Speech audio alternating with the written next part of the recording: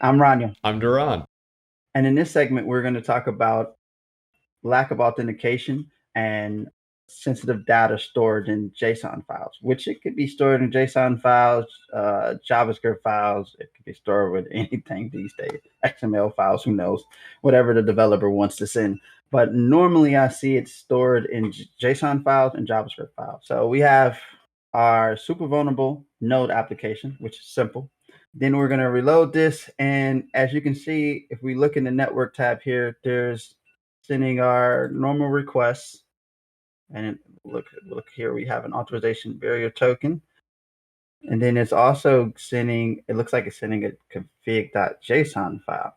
So sometime you will see an application send a config.json file. Sometimes you won't even know, and maybe you say you view the source code and there's a ton of source code and you may have missed it. But if you look to the network tab and you reload the page, you may see that it's sending a file, a configuration file. I don't know why they have these config here when they can actually have, they have all that data on the server anyway. But you'll see that they're requesting a config.json file. So it may have sensitive data in that, but you also might use a directory brute force tool or, whatever your favorite tool may be. And you might use that to find stuff like config.json, which is publicly accessible to anybody. If what you're after is, do I have anything that shouldn't be there that's hidden? It's much better, I think, if they give you a list of all of them and they can pull it from if they're using struts, well, you can pull it from struts.xml. If you're using C#, you can sit there and pull all the actions, all the service methods. If you're using something like Node.js, again, you can pull all of these actions. It's far better if someone does that than I think it is using something directory fuzzing. I think the directory fuzzing is fine for checking for basic misconfiguration, but you see people with these massive dictionaries, and I don't think that's useful. A small dictionary, sure, with common stuff, that makes sense. Admin, config, all that good stuff, bin, that makes sense. But I mean, I see these massive dictionaries, and they'll let it grind and rip on the server for days. Look, I think that is a waste of time. I literally let Burp do the content discovery, and I might use the dictionary like dir search to find simple misconfigurations, and I only have a small list. And if it finds something, great. If it doesn't, then I move along. But then, like I manually go through and view every request and pages to see, because you just never know. Like there's gonna be a lot of things missed. There's things stored in like JavaScript files that Right. dir search may not even find. So you got to do a lot of manual stuff, but there's already tools. If you're using a tool already, why would you go and use another?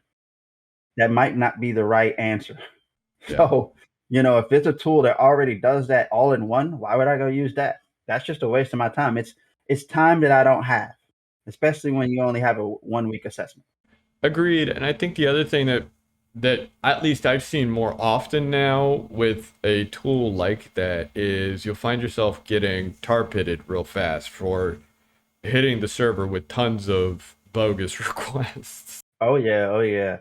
And if you were an attacker, a real attacker, would you really want to do that? Right. Yeah. Because that would get you targeted or caught very quickly. And even if you throttle, like I still think that's a lot of noise. Yes, it is. And at least from what I've generally seen, anything like that is pretty rare. Usually they've done their homework or they're just hitting a single URL or a couple of URLs for something that they happen to have a script for. And either you have it or you don't. They don't really care. They just hit and then move on, hit and move on. And a lot of times they actually send the payload with that initial request. It's not even like they're checking to see if that thing exists, and then if it does, they execute. No. They just. But we have the config.json file, and if we look at the response here, looks like we have some goodies here. We have UUID, we have a user ID, we have a username, and we have a password. So we have a lot of issues here. We have insecure storage or storage of that, credentials. We also have looks like default credentials. This could be default credentials for the admin. It's normally it's admin, which is also weak password requirements. So this would be bad. But also, if it's sending this request here, we should also be able to browse to that file, needing no authentication. And there you go. We're able to browse to that file with no authentication, and it's accessible publicly. So if in real life, I've seen this, and if this was a real application publicly, we could get into this application with those credentials if they actually work, if the sysadmin didn't change it. Yeah, you see this sometimes with the Soho routers and Soho modems and stuff. That's how they were getting when they were using the botnets, and I Hmm. think they're still doing some of those, but I think a lot of those are being patched. Not really sure, haven't really checked on that. But I remember back a while back they were doing that rapidly, and all these routers were using Yeah, these credentials, and nobody's like, how are they getting and doing that? They're literally sending out requests and checking to see if this router actually uses these credentials, and then they add that to their resource pool. right. So Yes, yes. And it was literally config.json in a lot of cases. It was such a joke. yes, yes. So this I've seen this a ton of times. This is not a good thing. Please stop storing sensitive data in your configuration files. I don't even know why you need to config.json if you already have this configurator on your server side. I don't even understand why they're calling and doing that. But a lot of times developers might not even know that they're sending requests to config.json. It might be doing that in their staging environment, but they don't know that they're sending that also in their production environment. So What what I've usually seen is they intend for it they intend for the administrative console to use it to retrieve and set the configuration, but number one, they don't lock it down so you can get it without authenticating. Again, routers, there have been a number of uh, commercial routers, residential routers that have had this very issue. And two, even in the cases where it is intended only for an administrator and they do properly lock it up, you shouldn't be hosting it, and they have it in the wrong, but they didn't intend for it to be in the hosted, one of the hosted pages. They intended it to be a backend resource that you would have to go to via a file include or some such. So it's just they put it in the wrong place. They basically put it in the web root or in the web path, and they didn't intend to put it in the web path. yeah, well, it's a bad thing, and this could get you compromised really quickly. Especially if this is public and it's accessible to everyone. This could be bad, and I've seen this tons and tons of times.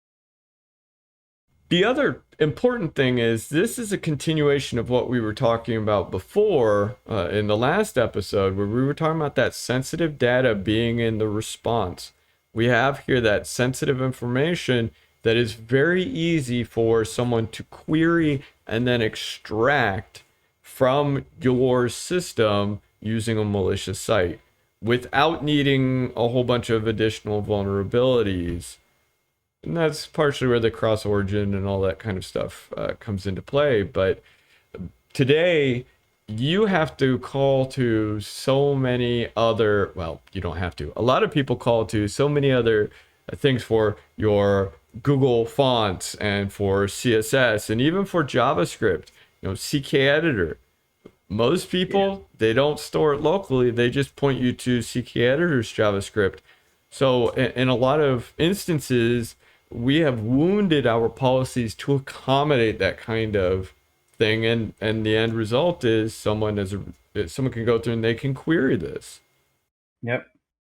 Very easy. It's not hard. These are things that we wanted to point out because most people don't even know about this. They don't even know that these are quick things you can look for. I've seen it so many times where people's have not even looked at this or skipped past this, didn't even check it. And then I come behind them and do an assessment on the same application, and I'm like, wow, this is really big, because now I have, credentials to log in as an admin user and then do whatever, and I didn't have to even have, authenticate. So these are just simple things, simple wins, simple things that you guys can look at and look for, that, for every application. Majority of the applications are probably doing something like this. And I've also seen, just to go to another example, I've also seen not only them store username and passwords, but their encryption keys, or, their secret keys that you can use, like, to decrypt. Like, for some reason, this company was storing, they were encrypting their passwords, username and passwords, and they were encrypted.